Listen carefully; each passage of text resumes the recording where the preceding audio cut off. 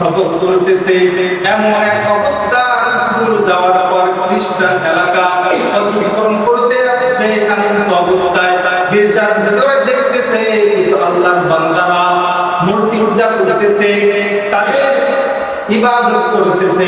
এই আল্লাহর বান্দা আবু আব্দুল্লাহ মুরসি রাহিমাহুল্লাহ আলাইহি এগুলো দেখার পর মনে মনে ভাবতেছে, আমি আল্লাহ তাআলার ইবাদত করি, আমি জান্নাতের মধ্যে নিমজ্জিত হব। আর তারা এখানে ইবাদত করতেছে, মূর্তি পূজা করতেছে, তারা জাহান্নামে যাবে।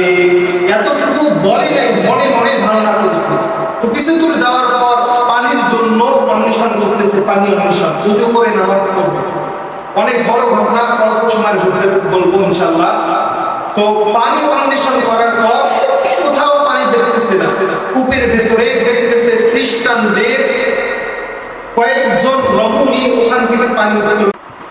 এক আল্লাহর বান্দা ছিল, ইরাকের বাসিন্দা, শাইখ আবু আব্দুল্লাহ মুরসি। এই বুজুর্গ বান্দা তার তৎকালীন জমানায়, শত বছরের উপরে এই ওয়াকিয়াটা, তৎকালীন জমানায় ইরাকের মধ্যে 12,000 মুরিদ ছিল। কত হাজার? 12,000।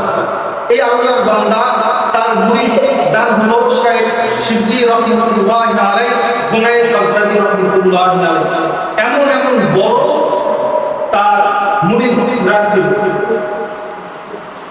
এই আল্লাহর বান্দা ইরাকের বাসিন্দা সকল তার মুরিদদেরকে নিয়ে সফর করতেছে। এমন এক অবস্থা স্কুল যাওয়ার পর খ্রিস্টান এলাকা অতিক্রম করতে আসছে। এমন অবস্থায় গির্জার ভেতরে দেখতেছে কিছু আল্লাহর বান্দারা মূর্তি পূজা করতেছে, তাদের ইবাদত করতেছে।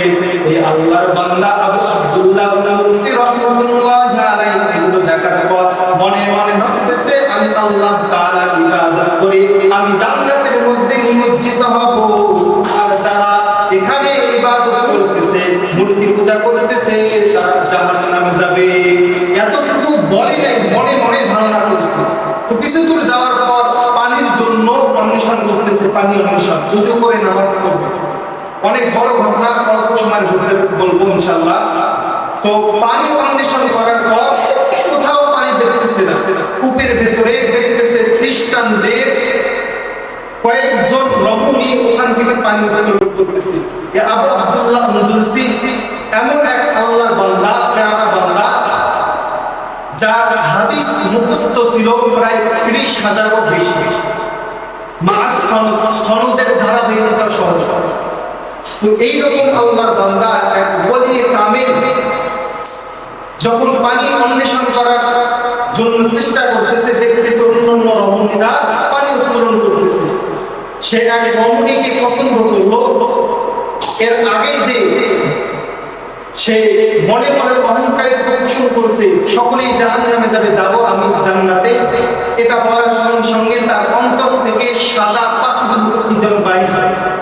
তো এরকম ভাবে খ্রিস্টান মেয়েদের মহাব্বতে করে, প্রেমে করে তাকে প্রস্তাব দেওয়া হলো। তার পিতা বলতেছে, হ্যাঁ আমি 1 শর্তে রাজি আছি আমার মেয়ে বিবাহ দেওয়ার জন্য, যদি তুমি খ্রিস্টান ধর্ম গ্রহণ করো এবং শুকর চড়াও।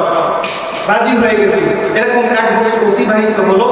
1 বছর অতিবাহিত হওয়ার পর তার যে মুরিদান ছিল শাইখ শিবলি রাহিমাহুল্লাহ আলাইহি, তার শাইখ কি অবস্থায় আছে এটা জিজ্ঞাসা করার জন্য। কিন্তু আজকে আমাদের সমাজে একজন একটু দোষ করলে সে দোষটা কেন করলো, এই দোষের জন্য সকলেই সমালোচনার ভিতরে আমরা পড়ে যাই। কিন্তু এর চিন্তা করি না তাকে সংশোধন কিভাবে করব।